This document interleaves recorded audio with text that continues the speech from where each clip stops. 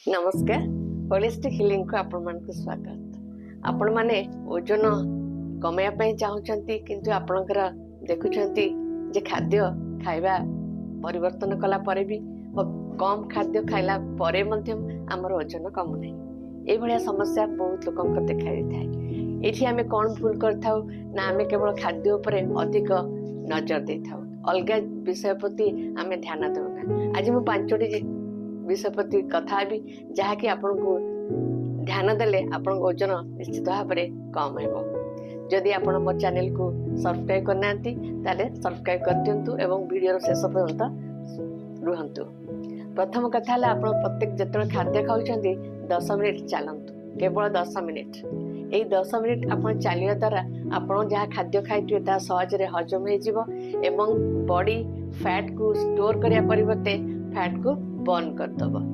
फल आपण शरीर रे आउ जो फैट जमिबो नाही बा ओजन आउ आपणकर बढ़िबो नाही। द्वितीय कथा है जे आपण जहाँ खाद्य खाउछनी दिन रे ताकू 8 घंटा विंडो भितर सीमित रखतु। अर्थात आपण जहाँ प्रथम खाउछंती एवं शेष जहाँ खाद्य खाउछंती सेटा केवल गोटे 8 घंटा भितर ही आपण खाद्य खांतु। अलगा समय आपण खाद्य खांतु नहीं। एई 8 घंटा आपण निजे सो इच्छा रे सिलेक्ट करेंगे कौ टाइम रू कौ टाइम भितर मोर खाद्य खाइबा सब सरीब तापर मु खाद्य खाइबिनी, जहाँ को आमर इंटरमीडिएट फास्टिंग कह जाए। या करिया द्वारा कौन हम ना बॉडी को क्लीन मेसेज मिल जे एई समय आमर खाद्य आसुची एवं से ताकू डाइजेशन प्रक्रिया करिवो एवं बॉडी को रिपेयरिंग करिया पई मध्य समय मिलिबो।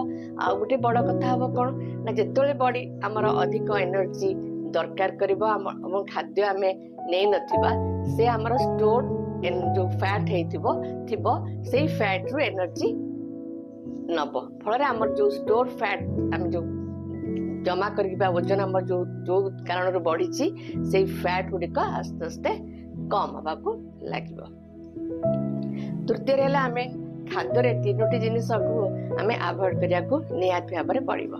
प्रथम कथा हला सुगर, द्वितीय हला फ्राइड जिनिस, तृतीय हला आमे स्नैकिंग करिबा। खाइबा मझिरे आमे ब्रेकफास्ट लंच भितर स्नैकिंग कर दो कि लंच डिनर भितर 2-3टा स्नैकिंग कर दो। ए सब को आमे निश्चित भाव में दूरे को पड़िबो।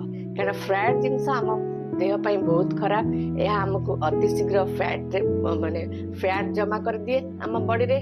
तेणु आम बॉडी को लाइट फील करिया पाई हेले आमे ए सब जिनिस को आमे निश्चित भाव में अवॉइड करिया पड़िबो।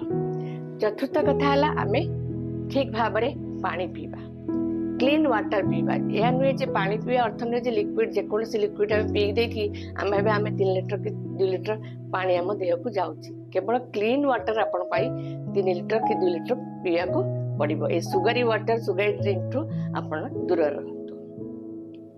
शेष कथा हला बहुत इंपोर्टेंट कथा हला जे आपण सरल भाव में खाद्य गुड़िक ग्रहण करतु।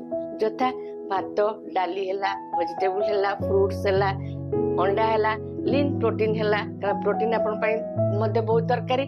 तेणु ये जोड़ा आम साधारण भाव में आम घरे खाई था से खाद्य प्रति और से खाद्य को ग्रहण करंतु। फल आम से खाद्य को आम ट्यूनिंग है बॉडी और आम बॉडी से सहज हजम कर तार जो न्यूट्रिएंट्स आम बॉडी को जाई परिबो। जदि आपण एई भलिया आपण निजर डाएट को छाड़ी की और डाएट को इंक्लूड करे जीवा कारण डाएट को जो इंपोर्टेंट फैक्टर किंतु ता सहित एई सब फैक्टर गुडा जदि आपण माने ध्यान देबे एवं 7 दिन पई एटा को कंटिन्यू करिवे आपण निश्चित 14 दिन 15 दिन भितर आपण निश्चित भाव में देखि परबे आपनकर चेंजेस कोन ट्रांसफॉर्मेशन बॉडी रो हेछि। कारण हम बॉडी एबोली भाव में तैयारी हेछि जे से निजे तार हीलिंग प्रोसेस करि परिबो। ताकू जहाँ खाद्य आमे ठीक टाइम रे ठीक समय रे एवं ठीक प्रकार खाद्य आमे जोगे दबा ताले से आम बॉडी को मध्य आम निजको मध्य हमको से फिट रख परिबो।